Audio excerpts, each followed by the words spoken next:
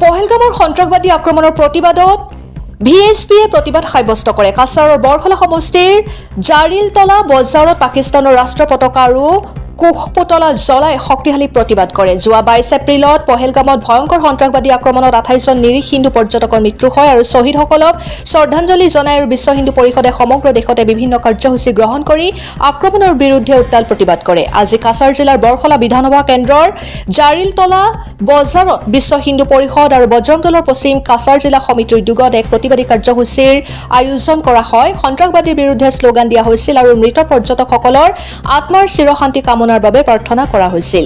প্ৰতিবাদকাৰীসকলে নিহত 28 জন পৰ্যটকসকলৰ প্ৰতি শ্ৰদ্ধাঞ্জলি জনায় আৰু এই নিৰ্দয় কাণ্ডৰ বিৰুদ্ধে নিজৰ ক্ষোভ প্ৰকাশ কৰে। হিন্দু সংস্থাৰ বিষয়াসকলে কেন্দ্ৰীয় চৰকাৰক উদ্দেশ্যি কৰি কয় যে দোষীসকলৰ বাবে উপযুক্ত শাস্তি ল'বলৈ আহ্বান জনায়। ব্যুৰো ৰিপৰ্ট, অৰুণোদয় আসাম।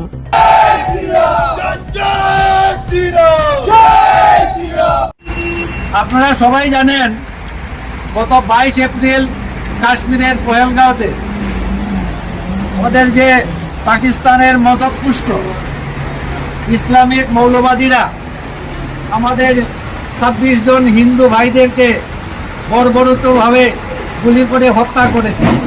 তারই প্রতিবাদে আজকে আমরা এখানে বিক্ষোভ মিছিল দেখাচ্ছি এবং শোকসভাও করছি।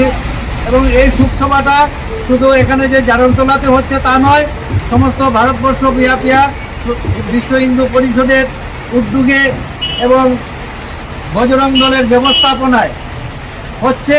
তারই অঙ্গ হিসাবে আজকে পশ্চিম কাছাড় জেলার এই জারণতলাতে আজকে আমরা এখানে সমবেত হয়েছি।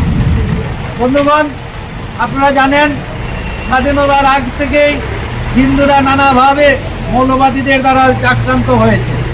আমরা পাকিস্তান ছেড়েছি, বাংলাদেশ ছেড়েছি সময়ে সময়ে।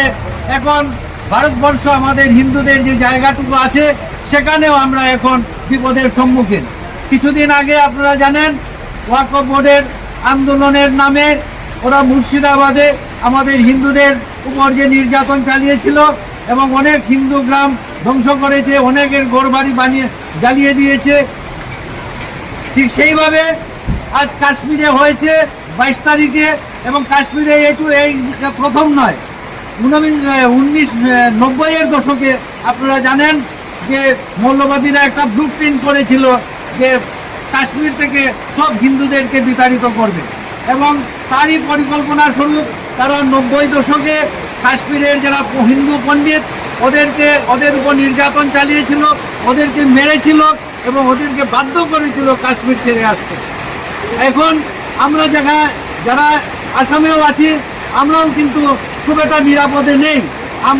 আমাদেরকে সতর্ক থাকতে হবে এবং আমাদের মধ্যে যে বিভেদ আছে, যে ভাষাভিত্তিক যে বিভেদ, সেই বিভেদ আমাদেরকে ভুলতে হবে।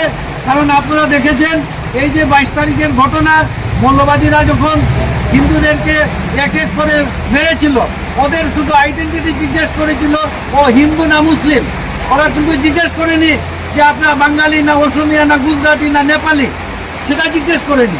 জিজ্ঞেস করেছিল আপনারা হিন্দু। যদি হিন্দু হয় তাকে গুলি করে মেরেছিল, যদি মুসলিম হয় ওদেরকে ছেড়ে দিয়েছিল। তাই অনেকে হয়তো মুসলিম যে কলমা পড়েছিল ওরা ভেবেছিল যে ওরা মুসলিম, ওদেরকে মানে নেই।